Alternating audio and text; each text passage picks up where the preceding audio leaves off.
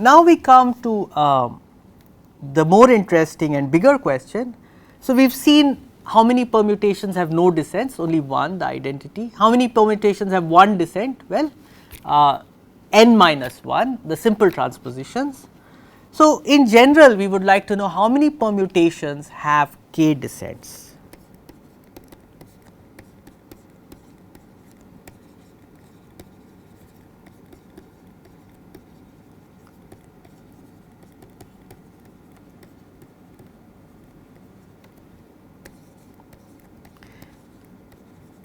What are the possible values for the descents? So, you can have 0 descents. What is the maximum number of descents you can have? Well, remember the worst possible or the highest possible descents was when you had the inversion table n minus 1, n minus 2, 1, 0. And if you sum these things up, you get 1 plus 2 plus up to n minus 1, which is n into n minus 1 by 2, which also luckily happens to be a binomial coefficient n choose 2. Okay, so, the maximum number of possible descents is n choose 2. So, we can ask how many permutations have k descents, and we are interested in the range k between 0 and n choose 2. This question again can be answered with the help of the inversion table, but we are going to use a clever little device, something called the Poincaré polynomial. So,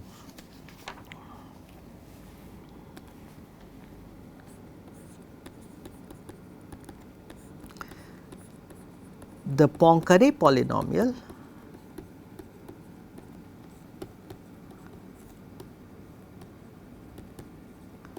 of perm n is defined as f n x. So, it is a polynomial in one variable, and it is just a sum over all sigma in perm n x to the power number of inversions of sigma. Okay, so, we have this counting problem and somehow we have written down a polynomial, and we will see how this polynomial will miraculously help us really simplify this counting problem. But first let us do an example. So, what is f 3?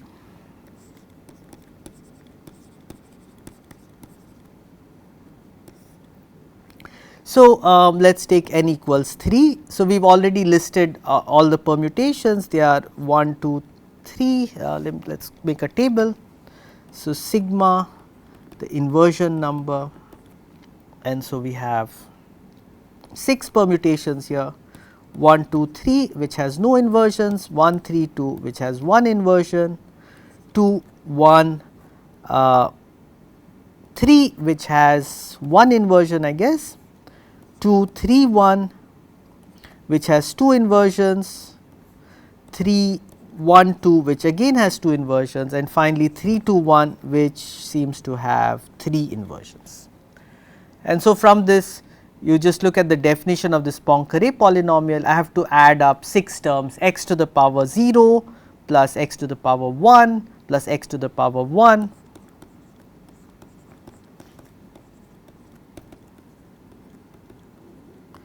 plus x to the power 2 plus x to the power 2 plus x to the power 3. This is 1 plus 2x plus 2x squared plus not x 3, x to the power 3 plus x cubed. And if you are observant, you will see that this is actually factorizes as 1 plus x squared into 1 plus x. We will come back to that in a bit.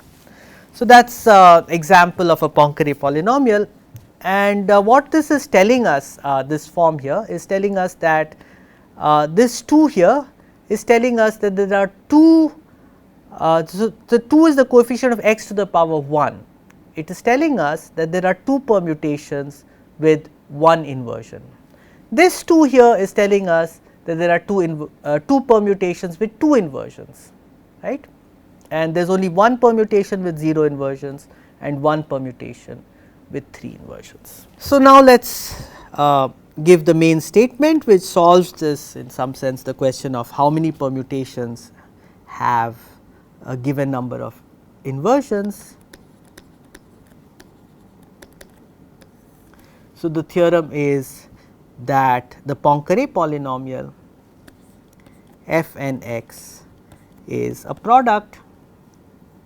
The terms are 1 plus x to the n minus 1 times 1 plus x to the n minus 2, and you go all the way down to 1 plus x into 1. Okay, it is helpful here to have a certain notation. So, this parenthesis x with an n, I will use this to denote 1 plus x to the n minus 1. You can sort of think of it as a deformation of n, in the sense that if you put x equals 1, then this becomes 1 plus 1 plus 1 taken n times. So, this becomes n. So, this is just a definition. This is a polynomial of degree n minus 1 whose value at x equals 1 is n.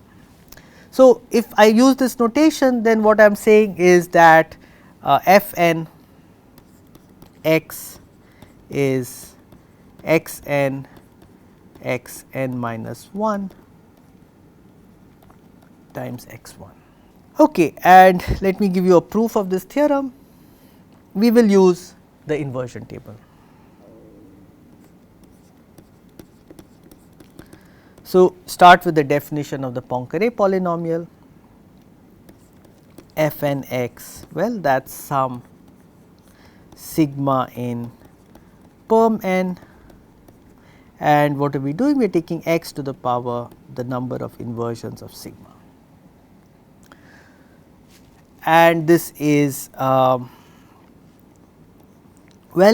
let us switch to inversion tables. So, we will replace the permutation sigma by its inversion table, and so what we will get is the sum over all possible inversion tables. So, we are taking the sum over b 1 lies between 0 and n minus 1, b 2 lies between 0 and n minus 2, all the way up to, well, b n lies between 0 and 0. And what do we have? The permutation with permutation table b 1, b 2, b n has the number of inversions x to the power b 1 plus b 2. The number of inversions is b 1 plus b 2 plus b n. So, we are taking x to the power inversion sigma is x to the power b 1 plus b 2 plus b n. So, now this is really x to the power b 1 times x to the power b 2 times x to the power b n, that is a product. And so, this factor x to the power b 1 is common to all the inner sums. So, I can write this as summation 0 less than or equal to b 1 less than or equal to n minus 1 x to the power b 1. Now, you look at what remains, there is a sum over b 2, b 3, b n, and the summand is x to the power b 2 plus b 3 plus b n. So, that factor x to the power b 2 is common in the rest of the sum.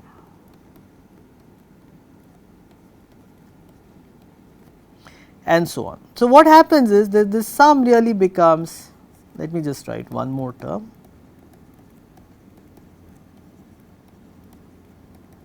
and the last term will be 0 less than or equal to b n less than or equal to 0 x to the power b n. Well, what is this? Well, this first term is just x to the power 0 plus x to the power 1 plus all the way up to x to the power n minus 1. So, this is just what we called x bracket n. This second term, well, that is just x bracket n minus 1 and so on x 1. That is it, that is the proof. So, an important question that comes up when we are trying to sort permutations using simple transpositions is how long will it take, right. How many simple transpositions do I have to apply? Well, we know the answer to that for a specific permutation.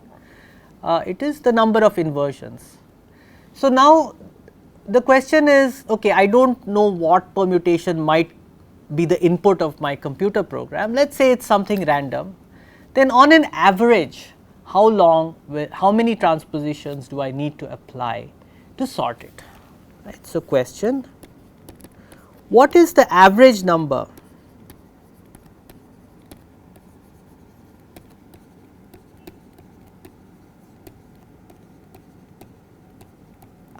of inversions for a permutation on n letters?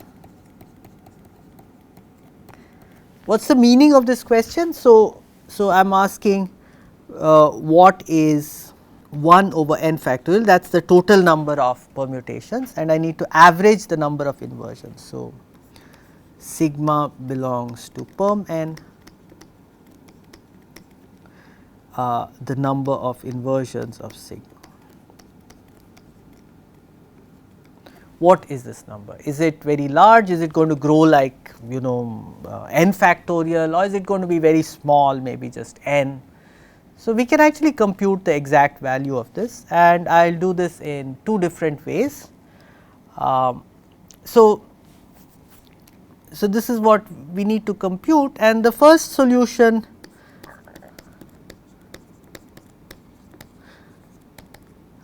uses a little bit of calculus, which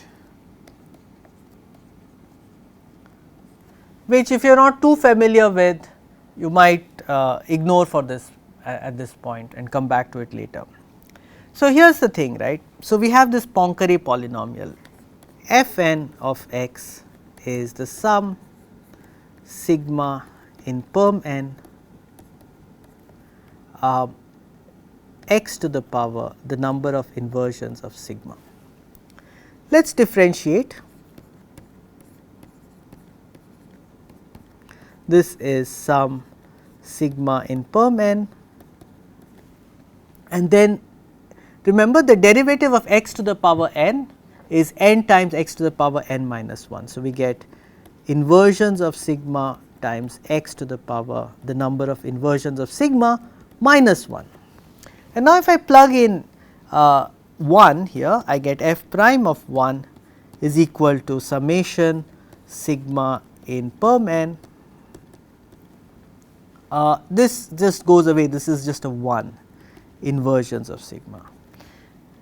This is exactly what I wanted to compute. So, let us see if we can work this out from our formula for f n of x. So, remember f n of x is equal to x n minus 1 x 1. Let us first figure out what the derivative of each of these things x n is. Now, the product rule for differentiation tells us that if we want to differentiate a product, so if you want to differentiate a product of 2 polynomials, so suppose you have f g and its derivative, then this is the derivative of f times g plus f times the derivative of g. If you have 3 things f g h, then you would take the derivative of f times g h plus f times the derivative of g times h plus f g times the derivative of h. You can apply the product rule to an arbitrary product like this, and what it says is that when you have a product of n terms, when you differentiate it, you will take a sum where each time you each sum and you just differentiate one of the factors. So, what you get is sum j goes from 1 to n, and then you will take d by dx x j, and then you will take the remaining factors, namely x 1 up to x n omitting x j, right. So, up to x1, except that you will be omitting the term xj. So, I can just write that in the denominator. So, this is the product of all these terms omitting xj, and so I can write this more neatly as summation j equals 1 to n d dx of xj divided by xj, and this sum is multiplied by xn into x1, which is just in fact fn of x. So, maybe I can just write it like this, fn of x. This is the derivative of fn. We need to evaluate this at 1. So, let us evaluate it at 1. So, for that we need to take this xj, differentiate it, evaluate it at 1. So, let us see what happens. So, d dx of xj, well, that is d dx of 1 plus x to the power j minus 1, which if you differentiate term wise, you will get this differentiates to this constant term 1 differentiates to 0, x differentiates to 1, the next term would be x squared, which would differentiate to 2x, and this will go all the way up to j minus 1 times x to the power j minus 2. And so, if you evaluate this at 1,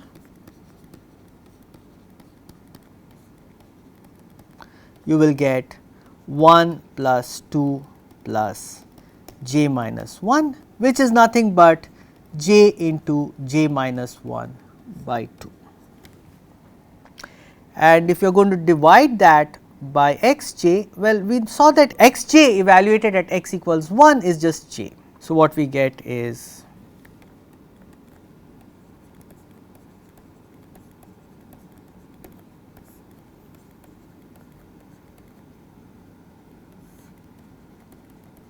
so this is j into j minus 1 by 2 divided by j, which is nothing but j minus 1 by 2. So, let us go back here.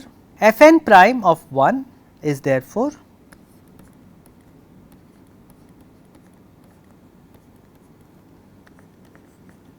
j goes from 1 to n, j minus 1 by 2 into f of 1, which is nothing but n factorial.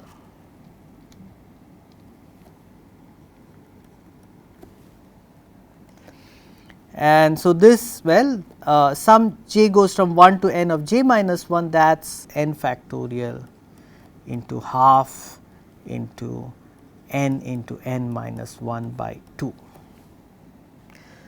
Well, we are looking for the average value. So, we have 1 over n factorial summation sigma in perm n of the number of inversions of sigma. Well, that is this f n prime 1 divided by n factorial, and so that is just n into n minus 1 by 4.